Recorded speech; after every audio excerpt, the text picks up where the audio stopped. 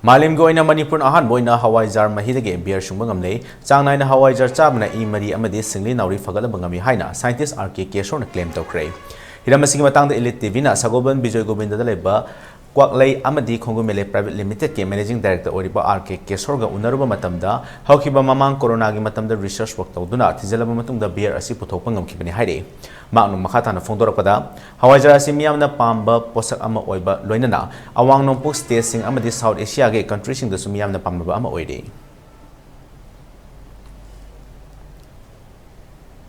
Hawaijar si akoi gi yam nungai ba adi traditionally season na rakpa haitare akoi gi kaino si matong kuire adi yellow ngai da gi dum leira abani akoi gi Manipur de season nei Nagaland adi Arunachal Pradesh Meghalaya Sikkim da ko adi season nei adi som da manglom da yengaga na akoi gi Burma Thailand som da chatlaga na Japan bawba ado Japan da ju masi yamna popular oi ba moi gi diet amani adi natto oina kawi natto ji yam popular oi akoi 5-star hotel da babu masi natto ji season nei aduga natto hari basi makoi research to basi makoi na mu akoi dagi yam hela akoi na traditionally season na bagi mawong da leiba natto ji dagi akoi gi natto kinase na enzyme ama enzyme sina kari tawge haiba matamda akoi gi heart ki aduga akoi gi blood ki akoi gi arteries vein da punjalakpa adi masi gi problem na kari orake kanda koi gi stroke lakpa dagi BP wangpa kholakpa mayam se ada masi research tawbasi masi akoi gi already proven oire adi blood thinner gumba chadraga ju masi gi nukti gi diet ta hawaijar je nato je charagati akoi gi e gi mari circulatory system je heart phaba circulatory system je phaba aduna BP stroke gumba si ngak thok pangamba aduna akoi ju sida lairi basi mass ta phangba je di miyam da hawaijar ji phangan baje masi limited oiba adi hawaijar gi karbar ji akoi gi khara standard low oina adi longnei ko mayam na tawri je adi akoi gi nupi sing na sum pangtau da tawbagi adugo magi manungi property se yengaga di yamna wangba industry achawba ma tawba yabagi pot si oina masi lai aduna haujikti akoi capsule gi type ta tablet gi type ta kaine je pharmacy da phang e haba adi akoi gi heart na ba mi sing jina masi gi kaino ji consumption ji tawna bagi aduna masi gi industry si da hawaijar si da gi enzyme phawba yauna ko akoi gi kari haitare covaxin gi vaccine ka sema iba ide corona manung da tawriba asigumba achauba leidana yamna moi paisa tali yamna chauba company sing oire e pharmaceutical companies aduna masigi hawaijar gi ide industry ji jo achauba ide port ama industry ama oirakpa yabagi phibam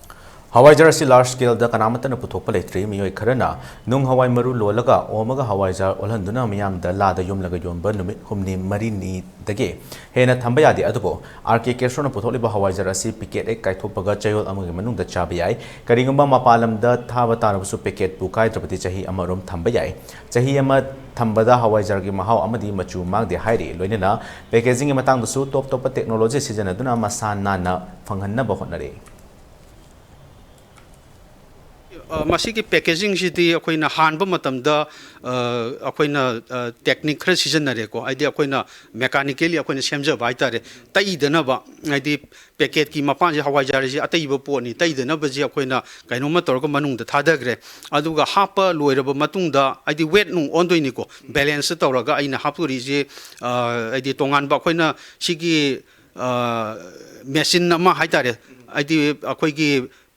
filling gi machine na ma khoi tongana leite aduna mechanical ya khoi khutna tawraga hajikti happy aduga hapa loiraba matungda sigi kaino sidi akhoi gi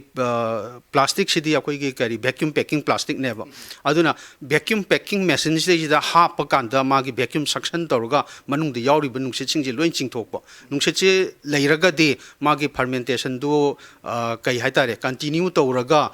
hena akhoi gi kai haitare ꯐꯠꯇꯕ ꯄꯣꯠꯁꯤ ꯊꯣꯛꯂꯛꯄꯁꯨ ꯌꯥꯏꯑꯕ ꯑꯗꯨꯅ ꯃꯁꯤ ꯅꯨꯡꯁꯤꯠꯁꯤ ꯌꯥꯔꯤꯉꯩ ꯂꯩꯍꯟꯗꯕ ꯍꯥꯏꯗꯤ ꯄꯣꯠꯀꯤ self ꯂꯥꯏꯐꯁꯦ ꯊꯝꯕ ꯃꯇꯝ ꯀꯨꯏꯅ ꯊꯝꯕ ꯌꯥꯕꯁꯦ ꯑꯩꯈꯣꯏꯒꯤ ꯑꯣꯛꯁꯤꯗꯦꯁꯟ ꯇꯧꯕ ꯍꯥꯏꯁꯦ ꯑꯣꯛꯁꯤꯖꯦꯟꯁꯤꯒ ꯑꯩꯈꯣꯏꯒꯤ ꯐꯨꯗ ꯃꯦꯇꯤꯔꯤꯌꯦꯜꯁꯤꯒ ꯊꯦꯡꯅꯔꯛꯑꯒꯗꯤ ꯑꯣꯛꯁꯤꯗꯦꯁꯟꯁꯤꯅ ꯃꯥꯒꯤ ꯃꯄꯨꯟꯁꯤꯁꯤ ꯇꯦꯟꯁꯤꯜꯍꯜꯂꯛꯄ ꯑꯣꯛꯁꯤꯖꯦꯟꯁꯤ ꯂꯧꯊꯣꯛꯄꯤꯔꯒꯗꯤ ꯃꯄꯨꯟꯁꯤꯁꯤ ꯁꯥꯡꯅ ꯊꯝꯕ ꯌꯥꯏꯑꯕ ꯑꯃꯁꯨ ꯑꯣꯏꯔꯤꯕ KNK Private Limited ꯀꯤ ꯃꯦꯅꯦꯖꯤꯡ ꯗꯥꯏꯔꯦꯛꯇꯔ ꯀꯦꯁꯣꯔꯅ ꯃꯈꯥ ꯇꯥꯅ ꯐꯣꯡꯗꯣꯔꯛꯄꯗ ꯍꯧꯖꯤꯛ ꯃꯥꯁ ꯄ꯭ꯔꯣꯗꯛꯁꯟ ꯑꯣꯏꯅꯗꯤ ꯄꯨꯊꯣꯛꯇ꯭ꯔꯤ ꯃꯥꯔꯀꯦꯠꯇ ꯈꯔ ꯐꯪꯍꯟꯕ ꯍꯧꯔꯦ ꯃꯤꯌꯥꯝꯅ ꯄꯥꯝꯅ ꯆꯥꯅꯔꯛꯄ ꯍꯧꯔꯦ ꯃꯅꯤꯄꯨꯔꯒꯤ ꯋꯥꯡꯃꯗ ꯂꯩꯕ ꯃꯤꯑꯣꯏꯁꯤꯡꯅꯁꯨ ꯗꯤꯃꯥꯟ ꯂꯥꯛꯄ ꯍꯧꯔꯦ ꯃꯁꯤ ꯑꯆꯧꯕ ꯏꯟꯗꯁꯇ꯭ꯔꯤ ꯑꯃ ꯑꯣꯏꯔꯛꯄꯗ ꯁ꯭ꯇꯦꯠ ꯑꯁꯤꯒꯤ ꯏꯀꯣꯅꯣꯃꯤꯗꯁꯨ ꯑꯆꯧꯕ ꯃꯇꯦꯡ ꯑꯣꯏꯒꯅꯤ ꯍꯥꯏꯕ ꯋꯥꯐꯝ ꯊꯝꯂꯛꯈꯤ ꯄ꯭ꯔꯣꯐꯤꯇꯦꯕꯜ ꯑꯣꯏꯕ ꯄꯣꯠꯇꯨꯃꯛꯇꯤ ꯑꯣꯏꯗ꯭ꯔꯤ ꯍꯧꯖꯤꯛꯁꯤ ꯇ꯭ꯔꯥꯏꯌꯦꯜ ꯕꯦꯁꯤꯁꯅꯤ ꯃꯃꯜꯁꯤ ꯔꯣ ꯃꯦꯇꯤꯔꯤꯌꯦꯜꯁꯤ ꯍꯧꯖꯤꯛꯀꯤ ꯏꯔꯥꯡꯁꯤꯅꯁꯨ ꯃꯃꯜꯁꯤ ꯌꯥꯝ ꯋꯥꯡꯈꯠꯂꯛꯑꯦ ꯍꯥꯟꯅ ꯀꯩꯅꯣꯁꯤ ꯀꯩꯅꯣꯁꯤ ꯍꯋꯥꯏꯖꯥꯔ ꯃꯔꯨꯁꯤ ꯅꯨꯡꯍꯋꯥꯏꯁꯤ ꯂꯨꯄꯥ 90-100 ꯀꯣ ꯁ꯭ꯋꯥꯏꯗ ꯂꯩꯔꯝꯕ ꯆꯍꯤ ꯑꯃꯅꯤꯒꯤ ꯃꯃꯥꯡꯗ ꯂꯩꯔꯝꯕꯅꯤ ꯍꯧꯖꯤꯛꯇꯤ 150-180 ꯁ꯭ꯋꯥꯏꯗ ꯂꯩꯔꯦꯕ ꯃꯃꯜꯁꯤ ꯌꯥꯝ ꯀꯥꯎꯈꯠꯂꯛꯑꯦꯕ ꯍꯧꯖꯤꯛ ꯂꯩꯔꯤꯕ ꯁꯤꯆꯨꯋꯦꯁꯟꯁꯤꯅ ꯑꯗꯨꯅ ꯁꯤꯒꯤ ꯄ꯭ꯔꯗꯛꯁꯟꯁꯤ ꯍꯧꯖꯤꯛꯃꯛꯇꯤ ꯀꯌꯥꯐꯥꯎ ꯄ꯭ꯔꯣꯐꯤꯇꯦꯕꯜ ꯑꯣꯏꯕ ꯅꯠꯇꯦ ꯑꯗꯨꯒ ꯑꯩꯈꯣꯏꯒꯤꯗꯤ ꯇ꯭ꯔꯥꯏꯌꯦꯜꯅꯤ ꯔꯤꯁꯔꯁꯅꯤ ꯃꯁꯤ ꯇꯧꯔꯀꯥꯟꯗ ꯀꯌꯥ ꯃꯥꯏ ꯄꯥꯛꯀꯦ ꯍꯥꯏꯕꯗꯣ ꯑꯗ ꯃꯤꯅ ꯑꯩꯈꯣꯏꯗꯒꯤ ꯑꯃꯨꯛ ꯁꯤꯒꯤ ꯇꯦꯛꯅꯣꯂꯣꯖꯤꯁꯤ ꯃꯤꯅ ꯂꯩꯅꯤꯡꯕ ꯂꯩꯔꯒꯁꯨ ꯂꯩꯗꯅ ꯍꯥꯏꯗꯤ ꯁꯤꯖꯟ ꯌꯥꯝꯅ ꯏꯟꯇꯔꯦꯁꯇꯤꯡ ꯑꯣꯏꯔꯤꯕꯗꯤ ꯅꯨꯡꯍꯋꯥꯏ ꯂꯣꯟꯕꯒꯤ ꯃꯍꯤ ꯃꯤꯌꯥꯝꯅ ꯍꯋꯥꯏꯖꯥꯔ ꯃꯍꯤ ꯍꯥꯏꯅ ꯈꯪꯅꯔꯤꯕ ꯑꯁꯤꯗꯒꯤ ꯕꯤꯌꯔ ꯁꯨꯡꯕ ꯉꯝꯕ ꯑꯁꯤꯅꯤ ꯃꯔꯨꯑꯣꯏꯅ ꯑꯇꯩ ꯑꯇꯣꯞꯄ ꯄꯣꯠꯂꯝꯗ ꯕꯤꯌꯔ ꯁꯨꯡꯕ ꯃꯇꯝꯗ ꯄ꯭ꯔꯤꯖꯔꯕꯦꯇꯤꯕ ꯑꯃꯗꯤ ꯀꯦꯃꯤꯀꯦꯜ ꯀꯌꯥ ꯁꯤꯖꯤꯟꯅꯔꯕꯁꯨ ꯍꯋꯥꯏꯖꯥꯔꯒꯤ ꯕꯤꯌꯔ ꯑꯁꯤ ꯁꯨꯡꯕꯗ ꯅꯦꯆꯔꯦꯜ ꯄ꯭ꯔꯣꯁꯦꯁꯇ ꯄꯨꯊꯣꯛꯄ ꯉꯝꯕ ꯑꯁꯤꯅꯤ ꯍꯋꯥꯏꯖꯥꯔ ꯂꯣꯟꯕꯒꯤ ꯃꯍꯤ ꯑꯁꯤ ꯌꯥꯝꯅ ꯀꯥꯟꯅꯕ ꯑꯗꯨꯕꯨ ꯈꯔꯈꯛ ꯊꯛꯂꯒ ꯃꯤꯌꯥꯝꯅ ꯃꯥꯡꯍꯟꯕ ꯑꯁꯤ ꯎꯔꯒ ꯀꯔꯤꯒꯨꯝꯕ ꯈꯔꯗꯤ ꯇꯧꯒꯦ ꯈꯟꯗꯨꯅ ꯃꯈꯜ ꯃꯈꯥ ꯀꯌꯥꯒꯤ ꯂꯥꯏꯔꯤꯛ ꯄꯥꯔꯕ ꯑꯃꯗꯤ ꯔꯤꯁꯔꯆ ꯋꯥꯔꯛ ꯇꯧꯗꯨꯅ ꯕꯤꯌꯔ ꯑꯁꯤ ꯁꯨꯡꯕ ꯉꯝꯈꯤꯕꯅꯤ ꯍꯥꯏꯔꯤ ꯍꯋꯥꯏꯖꯥꯔ ꯂꯣꯟꯕ ꯃꯇꯝꯗ ꯍꯋꯥꯏꯖꯥꯔ ꯃꯍꯤꯁꯤ ꯑꯩꯈꯣꯏ ꯈꯤꯇꯪ ꯊꯛꯅꯔꯦ ꯍꯥꯏꯗꯤ ꯊꯛꯅꯤꯡꯕ ꯀꯥꯡꯕꯨꯅꯀꯣ ꯍꯥꯏꯗꯤ ꯁꯥꯔꯤꯉꯩꯗꯨꯗ ꯈꯔ ꯊꯛꯅꯕ ꯌꯥꯎꯋꯦ ꯔꯦꯁ ꯑꯣꯐ ꯗ ꯃꯍꯤ ꯑꯩꯈꯣꯏ ꯍꯩꯗꯣꯛꯇꯣꯔꯤꯅꯤ ꯁꯤꯒꯤ ꯋꯦꯁꯇꯦꯖꯁꯤ ꯀꯃꯥꯏꯅ ꯊꯤꯡꯒꯗꯒꯦ ꯍꯥꯏꯗꯤ ꯂꯩꯍꯜꯂꯣꯏꯗꯒꯦ ꯍꯥꯏꯁꯦ ꯖꯤꯔꯣ ꯋꯦꯁꯇꯦꯖ ꯑꯣꯏꯍꯟꯒꯗꯒꯦ ꯍꯥꯏꯕꯒꯤ ꯋꯥꯈꯟꯁꯤ ꯈꯟꯕ ꯃꯇꯝꯗ ꯁꯨꯝ ꯁꯔꯇꯦꯟ ꯑꯩꯈꯣꯏꯒꯤ ꯔꯤꯁꯔꯆ ꯈꯔ ꯇꯧꯔꯀꯥꯟꯗ ꯍꯥꯏꯗꯤ ꯔꯤꯚ꯭ꯌꯨ ꯈꯔ ꯇꯧꯕ ꯍꯥꯏꯇꯥꯔꯦ ꯌꯦꯡꯕ ꯃꯇꯝꯗ ꯄ꯭ꯔꯤꯊꯤꯕꯤꯒꯤ ꯑꯣꯏꯅ ꯑꯩꯈꯣꯏꯒꯤ ꯍꯋꯥꯏꯖꯥꯔ ꯍꯥꯏꯗꯤ ꯁꯣꯌꯥꯕꯤꯟꯗꯒꯤ ꯕꯤꯌꯔꯒꯨꯝꯕ ꯑꯜꯀꯣꯍꯣꯂꯤꯛ ꯅꯠꯇ꯭ꯔꯒ ꯅꯟ ꯑꯜꯀꯣꯍꯣꯂꯤꯛ ꯗ꯭ꯔꯤꯡ ꯁꯨꯡꯕꯁꯤ ꯃꯁꯤ ꯂꯩꯇꯦ ꯍꯥꯏꯕ ꯑꯗꯨꯅ ꯑꯩꯈꯣꯏꯅ ꯍꯋꯥꯏꯖꯥꯔ ꯏꯟꯗꯁꯇ꯭ꯔꯤꯁꯤ ꯇꯧꯔꯛꯑꯦ ꯅꯣꯡꯃꯗ ꯑꯩꯁꯦ ꯀꯩꯅꯣꯒꯤ KG 50ꯒꯤ ꯍꯋꯥꯏꯖꯥꯔꯁꯤ ꯀꯩꯅꯣ ꯁꯦꯝꯃꯛꯇꯣꯔꯦꯕ ꯏꯟꯗꯁꯇ꯭ꯔꯤ ꯑꯆꯧꯕ ꯑꯃ ꯑꯣꯏꯔꯦꯕ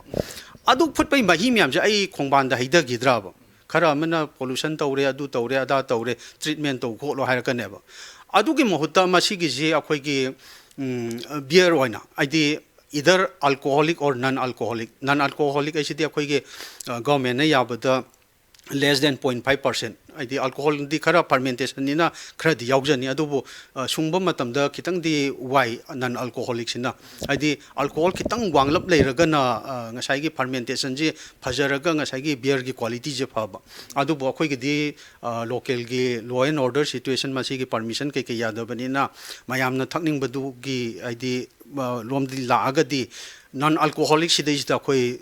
ꯐꯣꯀꯁ ꯇꯧꯕ ꯑꯃ ꯆꯪꯉꯛꯏ ꯑꯗꯨꯅ ꯃꯁꯤꯒꯤꯁꯤ ꯑꯜꯀꯣꯍꯣꯂꯤꯛꯇꯒꯤ ꯑꯩꯈꯣꯏꯅ ꯗꯥꯏꯂꯨꯁꯟ ꯀꯩꯀꯩ ꯇꯧꯔꯀꯥꯟꯗ ꯅꯟ ꯑꯜꯀꯣꯍꯣꯂꯤꯛꯁꯤ ꯑꯣꯏꯍꯜꯂꯛꯄ ꯌꯥꯏ ꯇꯧꯕꯇꯕꯨ ꯃꯥꯒꯤ ꯃꯍꯥꯎꯗ ꯀꯩꯗ ꯈꯔ ꯀꯝꯄ꯭ꯔꯣꯃꯥꯏꯁ ꯈꯔ ꯂꯥꯛꯀꯅꯤ ꯑꯗꯨꯅ ꯃꯁꯤꯒꯤꯁꯤ ꯈꯤꯇꯪ ꯑꯩꯈꯣꯏꯅ ꯋꯥꯔꯛꯑꯥꯎꯠ ꯇꯧꯕ ꯈꯔ ꯆꯪꯉꯤ ꯍꯥꯏꯗꯤ ꯔꯤꯁꯔꯆ ꯈꯔ ꯆꯪꯉꯤ ꯀꯃꯥꯏꯅ ꯉꯁꯥꯏꯒꯤ ꯃꯥꯒꯤ ꯀꯟꯗꯤꯁꯟꯁꯤ ꯑꯣꯞꯇꯤꯃꯥꯏꯖ ꯇꯧꯒꯗꯒꯦꯅ ꯑꯗꯨꯅ ꯃꯁꯤꯒꯤꯁꯤ ꯖꯤꯔꯣ ꯋꯦꯁꯇꯦꯖ ꯏꯟꯗꯁꯇ꯭ꯔꯤ ꯑꯣꯏꯅ ꯂꯥꯛꯄꯗꯣ ꯑꯗꯨꯅꯤ ꯑꯩꯈꯣꯏꯅ ꯎꯖꯔꯤꯁꯦ ꯍꯋꯥꯏꯖꯥꯔ ꯃꯍꯤꯗꯒꯤ ꯁꯨꯡꯕ ꯕꯤꯌꯔ ꯑꯁꯤ ꯃꯤꯌꯥꯝꯅ ꯄꯥꯝꯅ ꯊꯛꯅꯔꯤꯕ ꯍꯋꯥꯏꯖꯥꯔ ꯃꯍꯤꯒꯤ ꯐ꯭ꯂꯦꯚꯔꯒ ꯆꯞ ꯆꯥꯅ ꯐꯪꯕ ꯉꯝꯃꯤ ꯑꯇꯩ ꯄꯣꯠꯂꯝꯁꯤꯡꯗꯒꯤ ꯕꯤꯌꯔ ꯁꯨꯡꯕ ꯃꯇꯝꯗ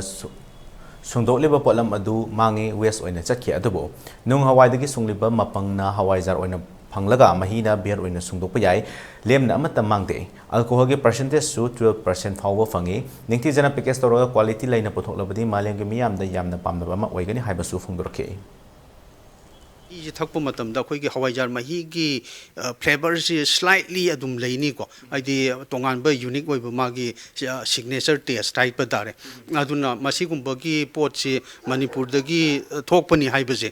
ꯃꯁꯤ ꯑꯣꯏꯕ ꯌꯥꯕ ꯄꯣꯠꯅꯤ ꯑꯗꯨꯒ ꯀꯔꯤ ꯍꯥꯏꯕ ꯇꯥꯔꯦ ꯃꯁꯤ ꯐꯔꯗꯔ ꯔꯤꯐꯥꯏꯟꯃꯦꯟꯠ ꯀꯣ ꯑꯩꯈꯣꯏꯅ ꯇꯧꯔꯕ ꯃꯇꯨꯡꯗ ꯌꯥꯝꯅ ꯀꯃꯔꯁꯤꯌꯦꯜ ꯄ꯭ꯔꯗꯛꯁꯟ ꯂꯣꯝꯗ ꯂꯥꯛꯄ ꯌꯥꯅꯤ ꯃꯁꯤꯒꯤ ꯏꯟꯗꯁꯇ꯭ꯔꯤꯁꯤ ꯂꯩꯗꯅ ꯍꯥꯏꯗꯤ ꯖꯤꯔꯣ ꯋꯦꯁꯇꯦꯖ ꯑꯩꯅ ꯉꯁꯥꯏꯁꯨ ꯍꯥꯏꯖꯔꯤꯁꯤꯅꯤ zero zero wastage ni adugumba pot ama akoina innovative oiba pot ama research tawraga phangjarakpani haiba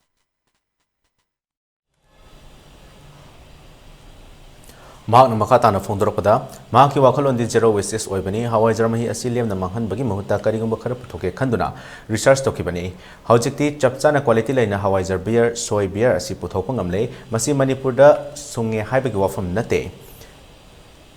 technology ꯑꯁꯤ ꯑꯇꯣꯞꯄ ꯁ꯭ꯇꯦꯠꯇ ꯌꯣꯜꯂꯒ ꯔꯣꯌꯦꯜꯇꯤ ꯑꯣꯏꯅ ꯂꯧꯕꯁꯨ ꯌꯥꯏ ꯃꯤꯌꯥꯝꯅ ꯂꯥꯟꯅ ꯈꯟꯕꯤꯗꯅꯕꯁꯨ RK Kishorena ꯑꯥꯄꯤꯜ ꯇꯧꯔꯛꯈꯤ अखोई अदरवाइज खनबीगनो मसीगी पोचे अखोइना सिदी अखोइना टेक्नोलॉजी में योनग्रग लोरे आइदी आई रॉयल्टी ओइन फंगा इनुवाइ लेहबे ये अरुणाचल द लेबा नत्रगा असम द लेबा लेदना मसीगी इंडस्ट्री तौनिंगबा अमदा आइगी सिगी प्रोटोकॉल जे अखोइना पिथोकपिग्र लोरेबो मोइदगी लाकपा रॉयल्टी अम चाही अमगी 5% ला 10% ला लेदना अयाबा मफमदा दुम तौजगिनी अदुबो लोकली तौजे हाइबा मतमददी यामना ओरिजिनल ओइबा आइदी लेदना अखोइगी सिदगी इनोवेटिव ओइबा पोट से करिनो कांद सिनी अदुना ngसाइगी हवाईजार की इंडस्ट्री से मयामना उबिदोइसी हवाईजार जी हक्सांग दे याम कानब पोट नि मसी जीरो वेस्टेज इंडस्ट्री नि